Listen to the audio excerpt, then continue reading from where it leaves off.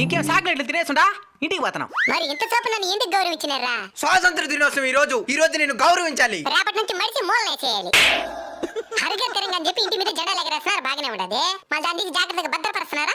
అంటే అది ఒరేయ్, ఇన్ని సంవత్సరాలకు జెండా పని చేసుకుంటారు కదా, అసలేం నేర్చుకున్నారా? ఏమీ నేర్చుకునేరా? మిగిలిన రోజులలో స్నానం అని చేస్తాం లేదు. జెండా పండుగ రోజు మాత్రం నీట్గా తలస్నానం చేసుకుని కొత్త బట్టలు వేసుకుని గుండెలపైన జెండా గుట్టుకొని జాతీయ జెండా ఎగరేసి జై హింద్ అంటాం. మళ్ళీ అట్టంత స్టేటస్లు పెట్టి రచ్చ రచ్చ చేస్తాం. ఇది దేశభక్తి. Of course.